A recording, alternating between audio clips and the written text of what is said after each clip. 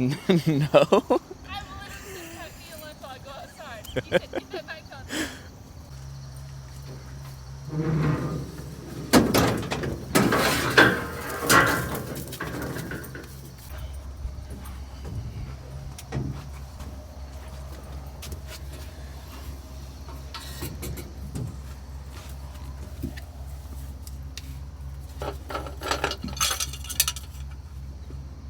Good.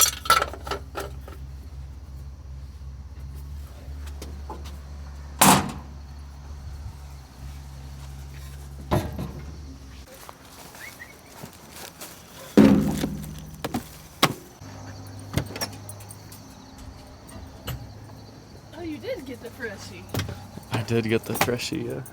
I literally said, I forgot yours on the steps, and you just stared at me. You never said, no, I got it.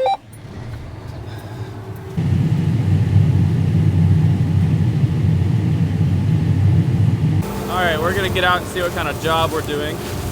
We're leaving it on the ground or not. There's one. There's one. There's one.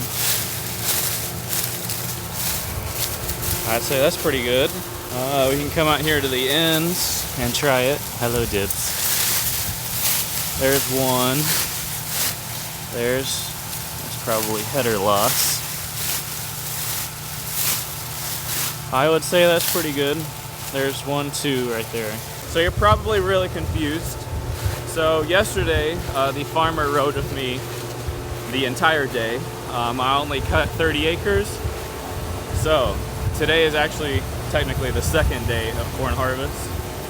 And my sister is here riding with me. She drove from, yeah, there is some header loss. She drove from Central Texas all the way to Nebraska to come visit, so that's what she's doing.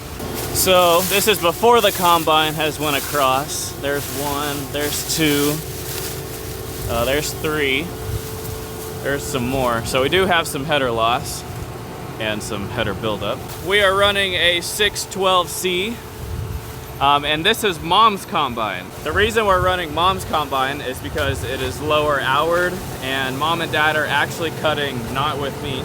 So Mom, Dad, and Cody are probably 8 miles east of us, so they're cutting for a different farmer, and then I'm cutting for this farmer, obviously.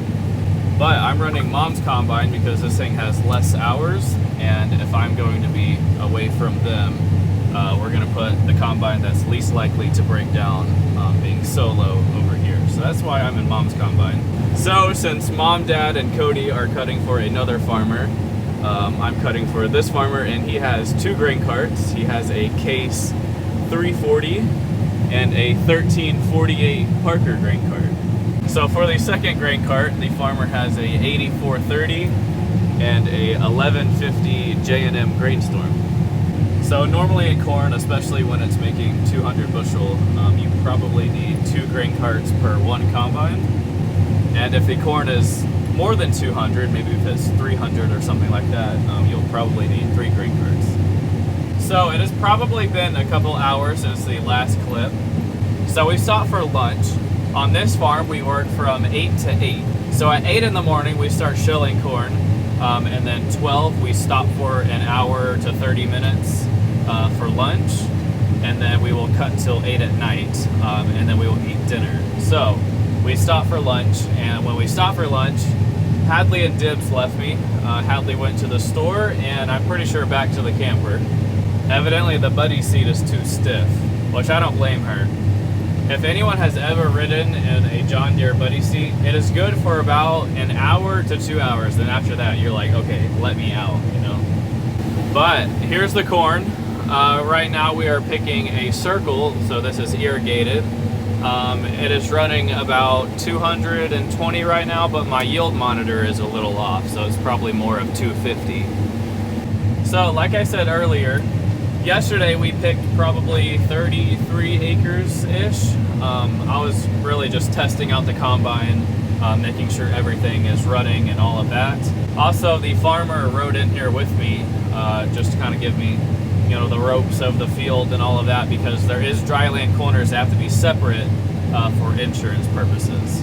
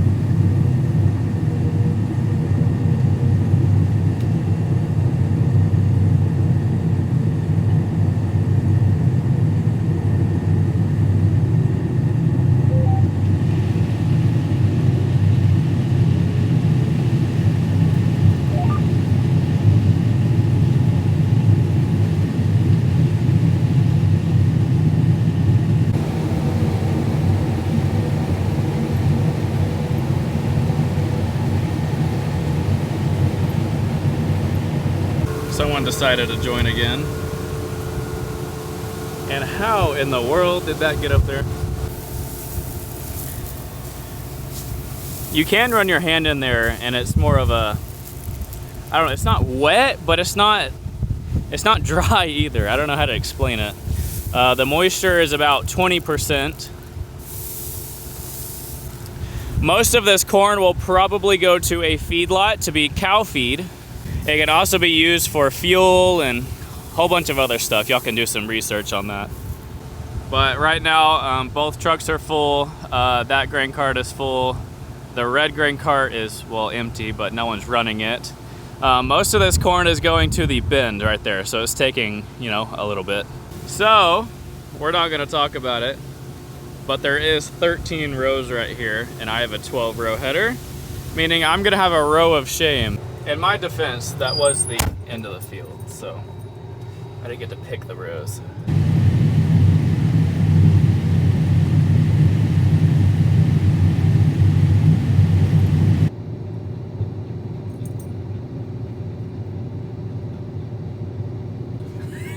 want to know if you have your lights on. I don't. Mom just FaceTimed me to see if I had my lights on or not. Oh my. What does it matter? It's the light game, but she thinks that she can play 9 miles away, and that doesn't work. The what? The light game.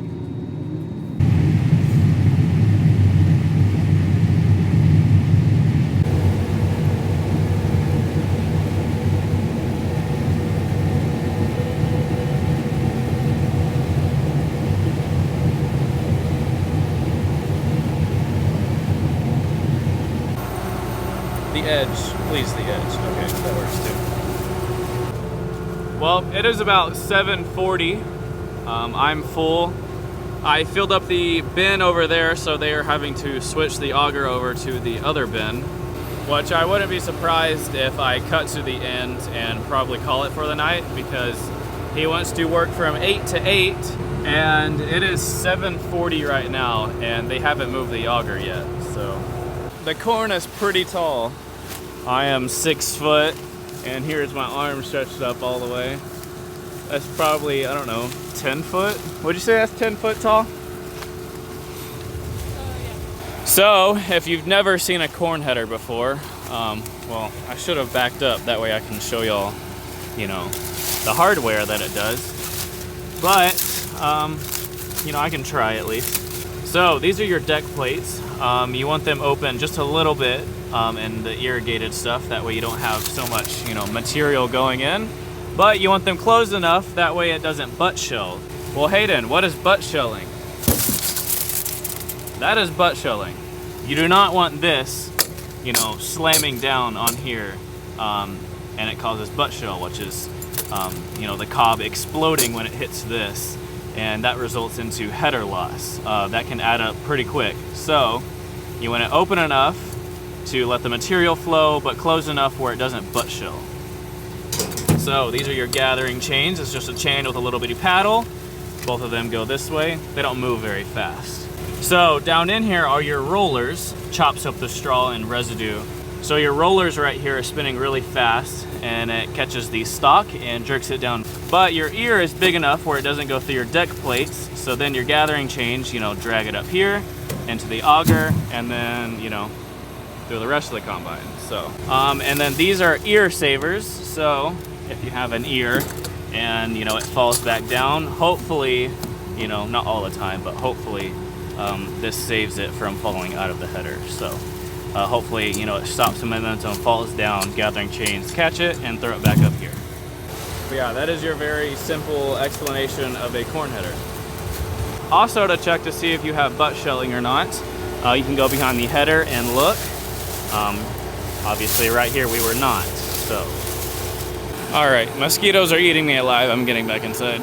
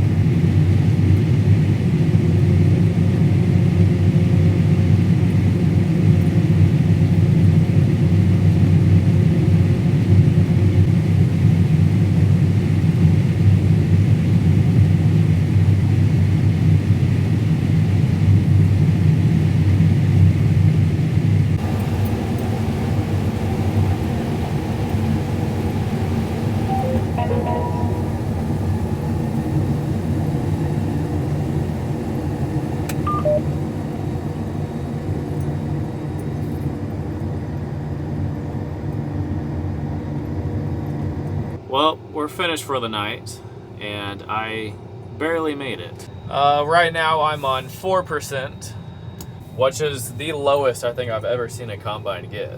Really, fuel-wise, I'm burning the exact same per acre while cutting wheat, which is 1 gallon per acre.